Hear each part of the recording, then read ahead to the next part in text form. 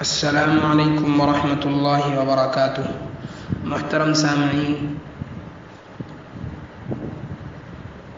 آج کا ایک سوال یہ ہے کہ جمعہ مبارک کہنا یا عید مبارک کہنا یا رمضان مبارک کہنا وغیرہ شرعاً درست ہے یا نہیں ہے؟ تو اس کا جواب یہ ہے کہ فقہاء نے لکھا ہے کہ عید مبارک یا جمعہ مبارک وغیرہ کہنا گویا ان دنوں کے بابرکت ہونے کی خوشخبری دینا ہے، اور اس میں کوئی حرج نہیں ہے۔ جمعہ مبارک یا عید مبارک یا رمضان مبارک، رمضان کریم، اس طرح کے برکت والے جملے بابرکت ایام کے لیے استعمال کیے جا سکتے ہیں، لیکن ایک بات خاص طور پر یاد رکھی جائے کہ ان جملوں کا کہنا ان دنوں میں، یعنی جمعے کے دن جمعہ مبارک، عید کے دن عید مبارک، اور رمضان کے آمد پر رمضان مبارک، اس طرح کہنا واجب اور ضروری سمجھنا جائز نہیں ہے۔ اور اگر کوئی نہیں کہتا ہے تو اس نہ کہنے والے پر نکیر کرنا، اس پر ملامت کرنا یا ناراضگی کا اظہار کرنا، یہ سب بدعت ہے۔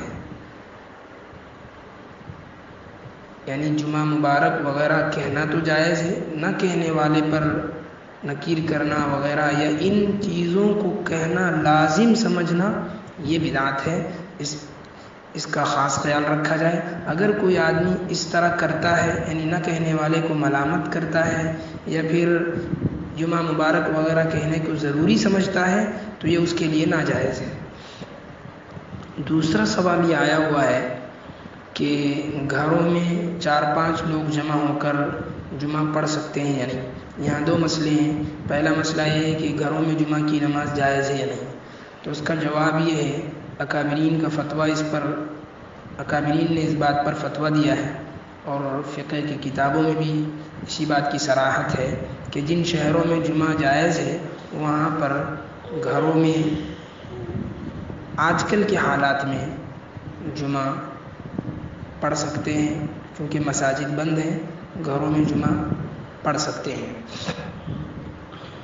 دوسرا مسئلہ ہے کہ 4-5 لوگ جمع ہو جائیں تو امام کے علاوہ کم از کم 3 افراد کا ہونا ضروری ہے۔ تو امام کے علاوہ کم از کم 3 یعنی کل 4 افراد مل کر گھروں میں جمعہ پڑھ سکتے ہیں، لیکن اس کے لیے اگر کوئی آنا چاہے تو اس کو نہ روکے۔ آس پاس کے 1-2 افراد اگر جڑ جائیں تو ان کو ساتھ لے کر گھر میں جمعہ کی نماز ادا کی جا سکتی ہے۔ جب یہ حالات ختم ہو جائیں گے تو پھر مساجد ہی کا رخ کریں گے لوگ۔ ان عام حالات میں جب کوئی پریشانی نہ ہو، کوئی مجبوری نہ ہو، ان حالات میں بھی مساجد کے علاوہ گھر میں جمعہ پڑھنا یہ جائز نہیں ہے۔ مجبوری کے حالات میں جمعہ گھر میں پڑھ سکتے ہیں۔